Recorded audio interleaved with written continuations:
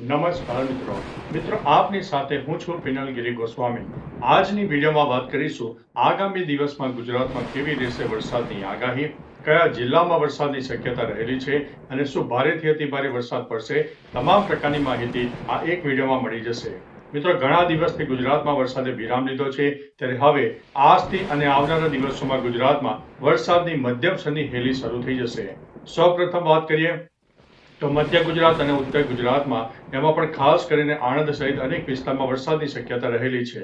જિલ્લા પ્રમાણે માહિતી આપે તો આણંદ, અમદાવાદ, ગાંધીનગર, બનાસકાંઠા, સાબરકાંઠા, પાટણ, મહેસાણા અને વાવ અને થરાદ આગામી દિવસોમાં આ જિલ્લામાં હળવાથી મધ્યમ પવન સાથે છૂટાછવાયા વરસાદી ઝાપટા અથવા તો સામાન્ય વરસાદની સંભાવના રહેલી છે। જ્યારે અરવલ્લી, ખેડા, પંચમહાલ, દાહોદ અને મહીસાગર જિલ્લામાં કેટલાક સ્થળોએ પ્રમાણમાં વધુ વરસાદ રહી શકે છે। હવે મિત્રો વાત કરીએ તો દક્ષિણ ગુજરાત સહિત અનેક જિલ્લાની વડોદરા, છોટાઉદેપુર, નર્મદા, ભરૂચ, સુરત, ડાંગ, તાપી, નવસારી, વલસાડ તેમજ દમણ અને દાદરાનગર હવેલીમાં આ બધા વિસ્તારોમાં હળવાથી મધ્યમ વરસાદી માહોલ યથાવત રહેશે અને કેટલાક સ્થળોએ મધ્યમથી સારો વરસાદ થઈ શકે છે।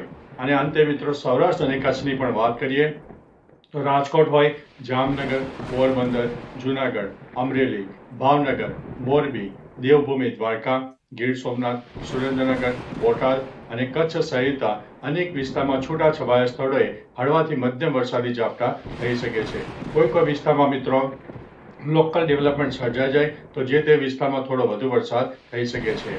આગામી દિવસોના સારાંશની વાત કરીએ તો રાજ્યમાં હાલ મોન્સૂન ટફ્રિકા અને સ્થાનિક સિસ્ટમો સક્રિય હોવાને કારણે આગામી એક સપ્તાહ દરમિયાન સાર્વત્રિક હળવા મધ્યમ વરસાદ થઈ શકે છે। મિત્રો, મહત્વનું છે કે ખેતીની દ્રષ્ટિએ આ સમયગાળા દરમિયાન પડતો વરસાદ પાક માટે મહત્વપૂર્ણ સાબિત થઈ રહ્યો છે।